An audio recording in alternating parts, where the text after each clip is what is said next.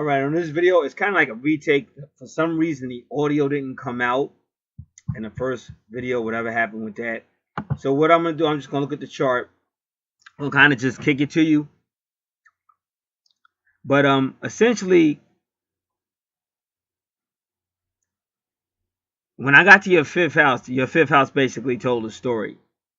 Your fifth house, for the gentleman on the left, in a past life, you had a problem where you was loving too much. And you was loving too much. And you didn't know how to motivate that. Like you just needed love or wanted love. And also, it all had to do with what you said. You did a video one time. And I know this part's gonna be kind of hard to understand, but see, it's not really hard to understand. But when you look at your 8th house, you see the 6-9 is Cancer.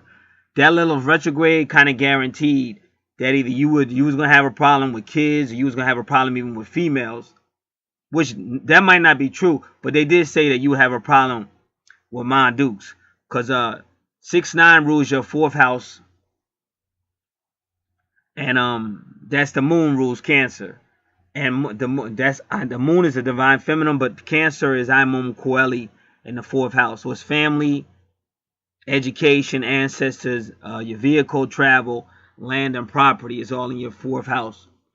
So it definitely said you have like a problem with the mother, whoever was the mother. But I was seeing, especially in your 10th house with Virgo, where you see MC, that's Virgo, that your actual mother, she's always been there. So what you have to understand is really your 4th house is supposed to kind of symbolize your mother, Imum Coeli, and your 10th house is supposed to symbolize your father. But if you notice, you got Virgo in your 10th house, which kind of symbolizes the mother as well as home. I'll get back to the full explanation, but I'm trying to give you the foundation of what they were saying.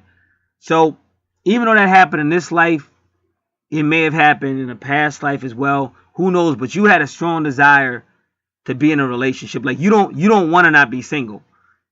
So you had a strong desire to be in a relationship. So I sent you that woman's link, but she went in. So I basically read a lot out of that link.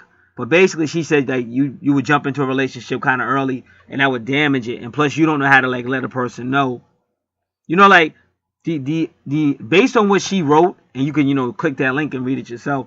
But like what I said was this. Say you meet a female and say, oh, it's all fine. You take her out for a date. Say y'all go out Thursday night for a nice date. But now you can't have her expect, and this is what the woman said. This ain't me, but I agree with her 100% because that's one of the problems why relationships fail. She said you can't let that female get in the habit of thinking, oh, here come next week, he'll take me out again. You got to really step up because she's not going to respect you till you do. And that woman said that. You got to say, okay, what you doing this week? Yeah, well, want to go out. If you got some money, maybe you could take me out, And if she got a problem with that, the female, I'm just saying, I'm not talking about anybody specific. This is all general what I'm saying. I'm not talking about no person. But if she got a problem with that, but you don't just get mad and be all right, F her, hang up the phone. Like she said, you got to have a nest. Like you got to learn how to talk.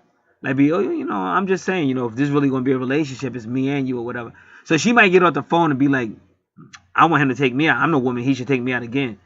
But then she got to think about it. And then when she think about it, if she really likes you or whatever, then she going to be like, all right, no problem or whatever. I ain't got it this week, but definitely next week. However y'all going to work it out. And if she really don't like you or whatever, she might be like, I'm not spending no money on him. But good, now . So the point I'm making is that's what she was trying to tell you, that in the previous relationship, you just went out your way because you thought being a great guy and showing a lot of love was going to make it work, but it didn't. So you have that's why you got an Aries situation, which I'm going to prove. And that's your true north node is also she said that's your source, your soul purpose in this life. And they call it the true north node. Or I usually just say what you should work on in this life. But she broke it down. She's like the soul purpose in this life is to learn how to go right across from Aries and do Libra. Now, in your 5th house, you like to have a lot of fun. Plus, you got that divine feminine there, the moon, emotional. And Mars is going to give you a lot of energy. But Mars and Aries, that could be dangerous. Because, they were saying based on your 1st house and your 5th house, you could possibly be passive aggressive. So you can't hold stuff in. It's just better if you talk about it. Because otherwise you're going to hold it in and then somebody going to cross that line and you're just going to blurt it out. So they saying when you deal with a female, you definitely got to learn how to communicate. That's like one of the biggest things. Like you can't be the quiet type and all that because she going to want to have communication. And even if sometimes she say, oh, you talk too much and be quiet, it's still better that you had that communication because it's not going to work. So she was giving advice like that. Now in the 5th house with Vesta, that asteroid looked like a wave a little bit, like 2 waves or whatever. Vesta is basically just saying, slow down. Don't have fun all the time because you're going to burn yourself out. And Vesta is also going to try to make it spiritual. She's going to make everything spiritual. So now when we jump up to your 7th house, you know you see a Chiron retrograde.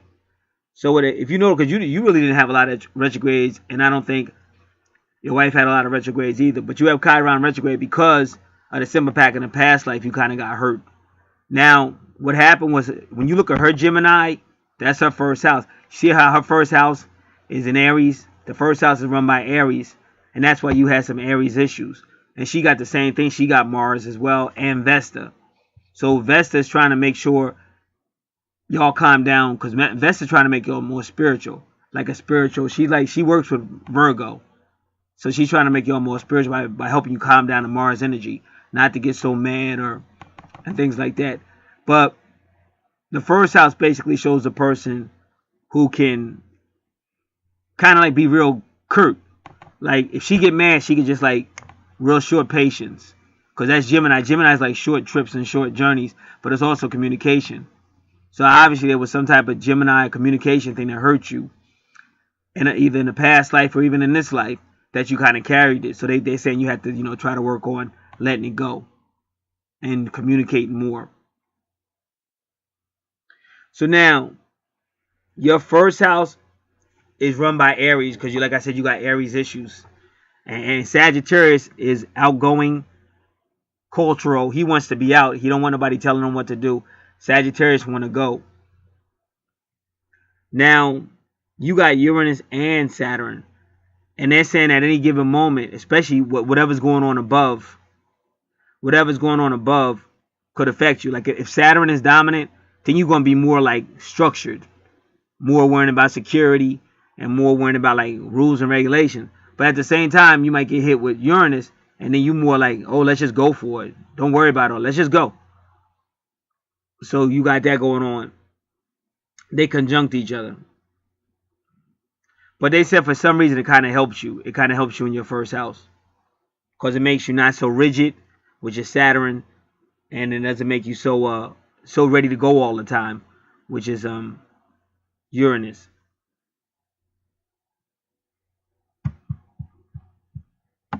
And then you got the number 18, because we did your number 18. I already sent you that video. And it's on the channel. It's on Real Life and Metaphysics too. Just did it today. And the 18 is 666. And that's like ultimate love.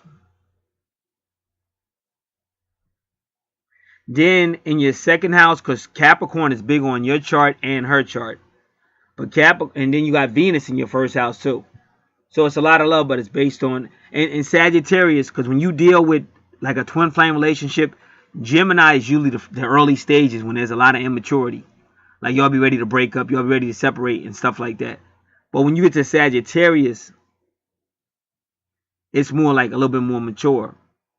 So you got a lot of love there with Sagittarius. And then you also have the nurturer, which is Kyrus. This is all in your 1st house ruled by Aries. And we already told you that number 17 is about karma, but it's also about the Magi priest. But I gave you that video as well. So you got that video. And I gave you the website.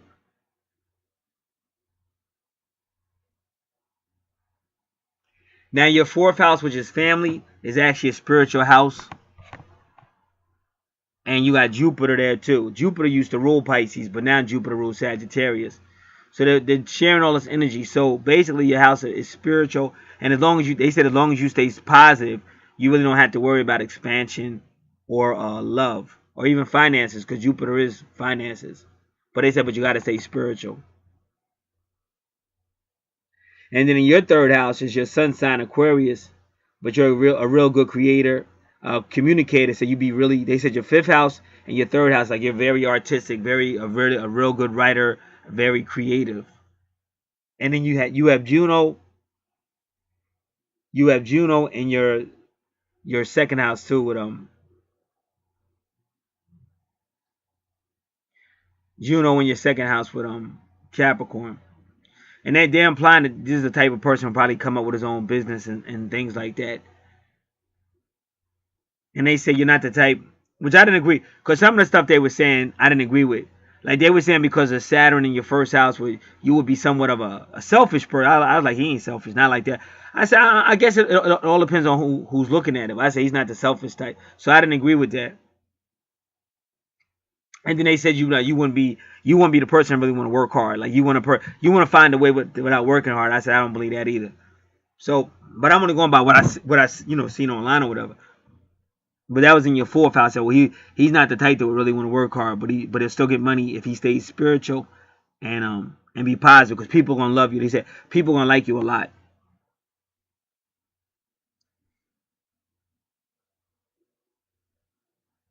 And so again,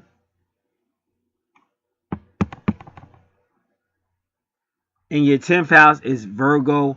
Now Virgo can be service, health, healing, home, co-workers, subordinates, small children, small animals. But that's in your 10th house. And like I'm saying, your mother is actually in your 4th house and your 10th house. Usually it's the mother in the 10th house, and then the father could be in it's your mother in the 4th house, Imum Coeli, but then the father's usually in the 10th house, but your mother's in both houses because she's looking out for you. And then your father, the Saturn energy is more in these houses. But they're putting Uranus into, basically the message is don't let somebody who's being overly critical really get to you. So Uranus is like shaking it off, and Sagittarius is shaking it off, because Saturn, if you let Saturn, which is like the father energy, it could really get to you. And then they also put Neptune close to your Capricorn, because Saturn rules Capricorn, which makes you a dreamer. And that's going to help you get finances and possessions, because you are a worker. Capricorn is the worker, and also Neptune is the dreamer. So you don't mind working and bring your dreams about.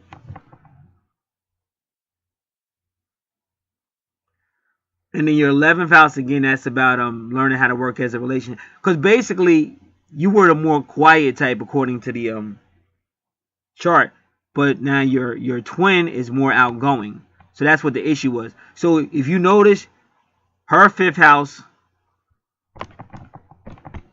is Libra. Your 5th house is Aries. Her 11th house is Aries. Your 5th and your 11th house is Libra. So you complement each other.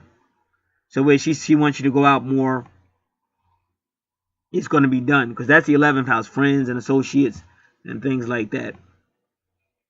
So you have to learn how to, like, if that's what she likes, go out with her with friends and associates and groups. And then she has to be more like relationship wise, like go out with you in the fifth house and have fun and stuff.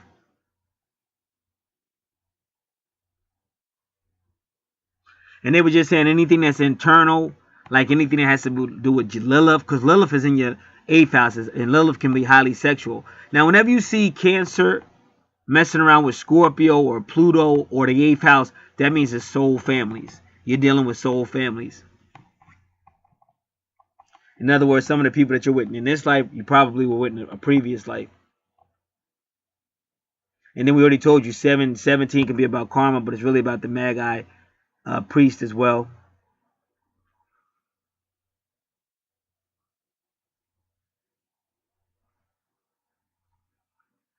So again, so we did her first house.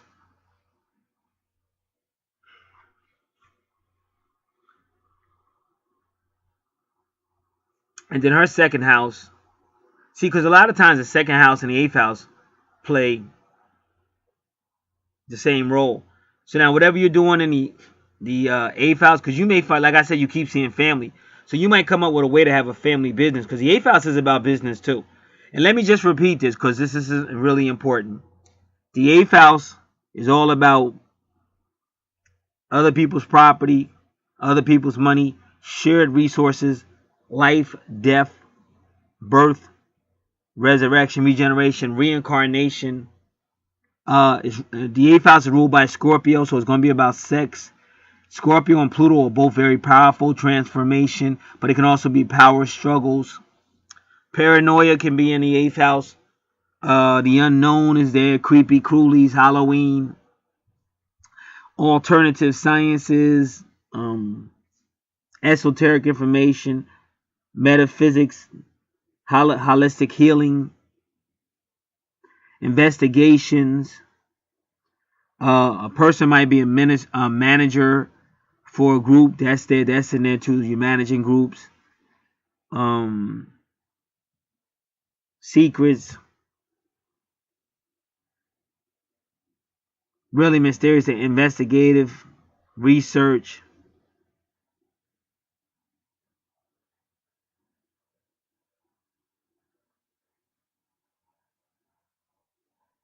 Could even say cemeteries.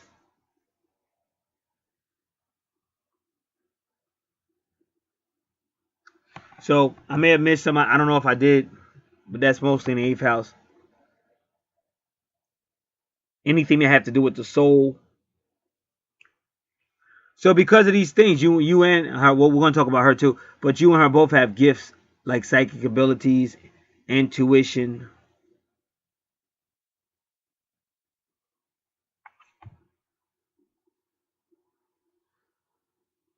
So that's her first house.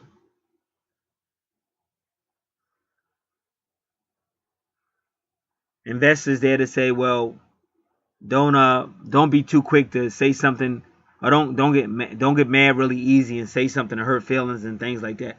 So that's why investors in her first house. And then the second house, which is the money house, because you're probably gonna have a family business. And so you have to realize what's going on, because just like you were saying about fallen angels, whenever you have a unique Capricorn and Cancer arrangement, you're usually dealing with people that are not just humans.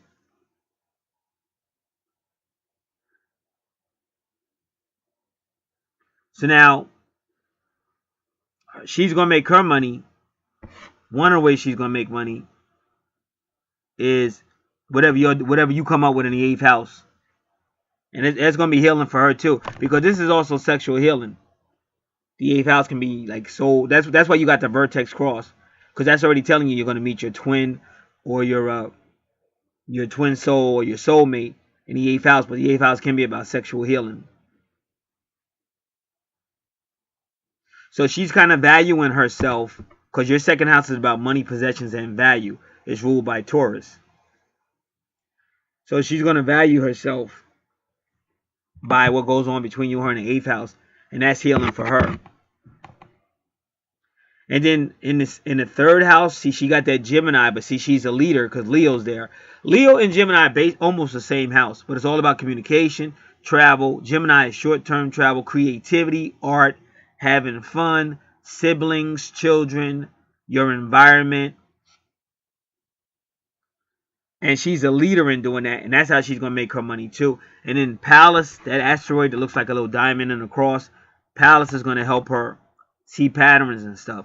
But she'll be able to make her money by the way she communicates, and she'll be able to get people to go together, even like short trips, because that's what Gemini is about. Like you might take a trip to a local city or a local whatever, but she might set it up, and then people pay her to get a ticket. But then that's how she makes a profit, and then she could pay the buses and stuff like that.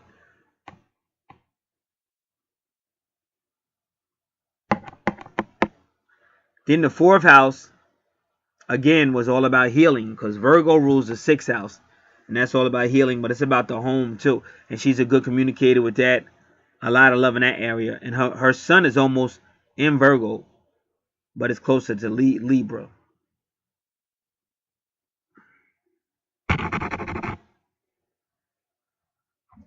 Then, like I said, her fifth house complements your fifth house, because you want more of a relation. You wanted more of a relationship, and now you'll have it in the fifth house, because that's where all this started.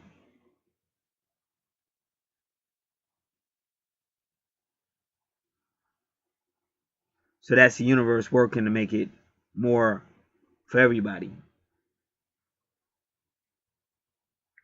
Now you see her vertex cross. Her vertex cross is in Scorpio, but it's in the 6th house of healing. And you have Pluto.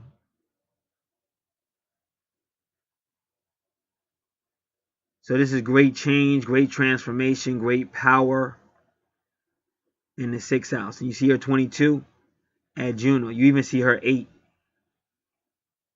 which is the 8th house, or karma. And that's it too, 8, business, finance.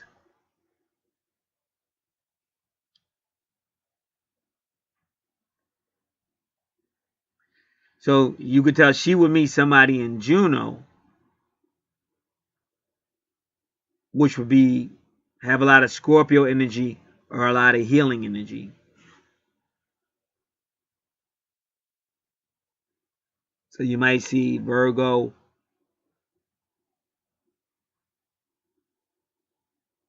you might see Scorpio or Pluto or both. And with your vertex cross is in the 8th house, which is ruled by Scorpio, which is ruled by Pluto. And then when we go to your Scorpio and your 12th house, there's Pluto. And there's a palace too to help you with it's about woman defense, defending a woman, but it also helps you see patterns.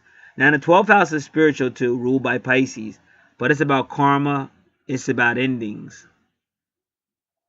And again, so your connection with people might be more, like they say, more occultic, more knowledge that's not readily available, more mystical.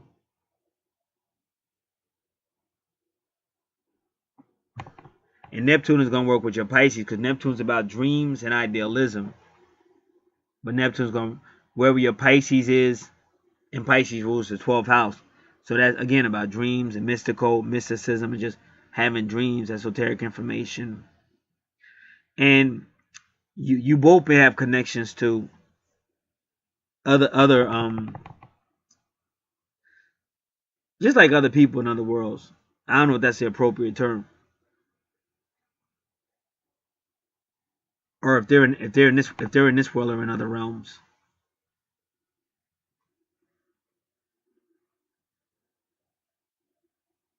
So then her moon sign is Scorpio, but it could be Sagittarius. But they're doing that to connect with you, because you got that ascendant in Sagittarius. But your ascendant can almost be in Scorpio too. So that's what they're doing with that. And again, that's going to be a person that's very psychic, because the moon used to rule Pisces, and Pisces is all about spirituality and intuition.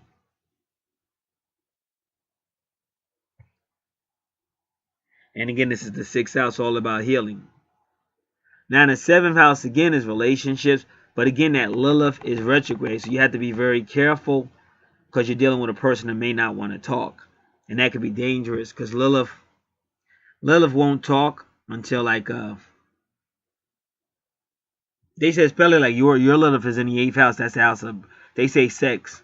But even in a relationship, a lot of times Lilith might not talk until, like, if you're having sex and the sex gets real good, she might do something like smack you or scratch your back up or something, or maybe even get real loud. But like, she'll hold all that in. Like, she's anytime you see Lilith retrograde, that's a person that might hold things in. So you have to be careful, because that's how you don't know how somebody's thinking.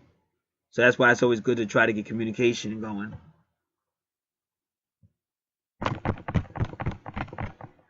Now, her 8th house is your 2nd house. And that's how you're making your money, in your 2nd house, due to creativities and your dreams and being idealistic.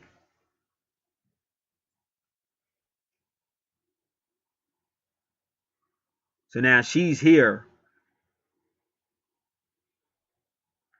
and she has a situation that's kind of close to your 1st house, because she got Saturn and Uranus. But putting Neptune in that, it makes her a dreamer. And so her 8th house is going to also be in the 10th house. Her 10th house, because that's where Pisces is. So whatever's going on in the 8th house, that's what her 10th house is about, because it's Pisces. and Neptune rules Pisces.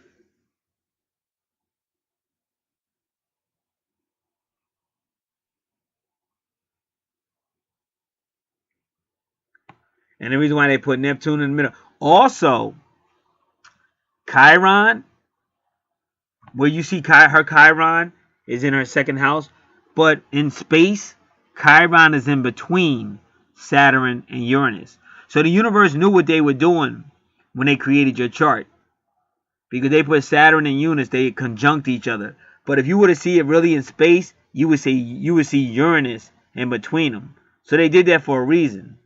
That's how your chart and her chart are feeding off each other. And then as you see, it opposes where Uranus is with Cancer in the second house. It opposes the 8th house. Because like I said, Uranus is in between Saturn and Uranus. So it is healing. So this person can't be too strict like Saturn, but they also can't be too carefree like Uranus. So they're right in the middle. But both Uranus and Neptune, they like to travel. And even Neptune is telepathy, thought travel. So now in the 9th house, whenever you see medium Coeli in your 9th house, it's usually your mentor. So her mentor is Aquarius. And as you see, that's your sun sign. And see, that's her true north node. Now that's her, say, sole purpose is to work with this Aquarius. But it's also in the 9th house, which is Sagittarius. So in her 8th and 9th house, it's actually working with your 1st house, 2nd house, and 3rd house.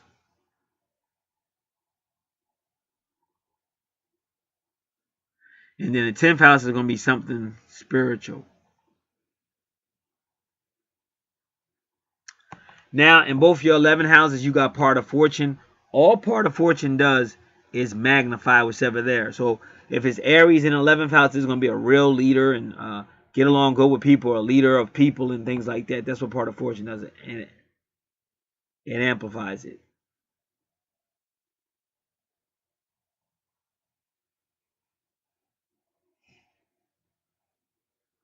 Now, the 12th house has Taurus in it. Her 12th house has Taurus in it. Your 6th house has Taurus in it. But the only thing about Taurus, you just have to be careful because Taurus will try to value people. So you can't do that. Try to treat everybody the same. You don't want to treat Dave better because Dave really helps you and gives you a ride to work and stuff like that.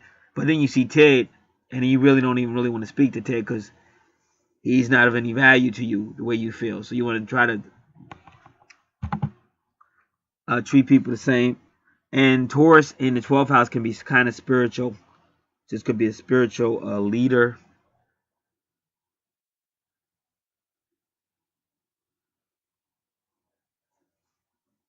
So you just have to be careful because you don't want to use spirituality just for a paycheck.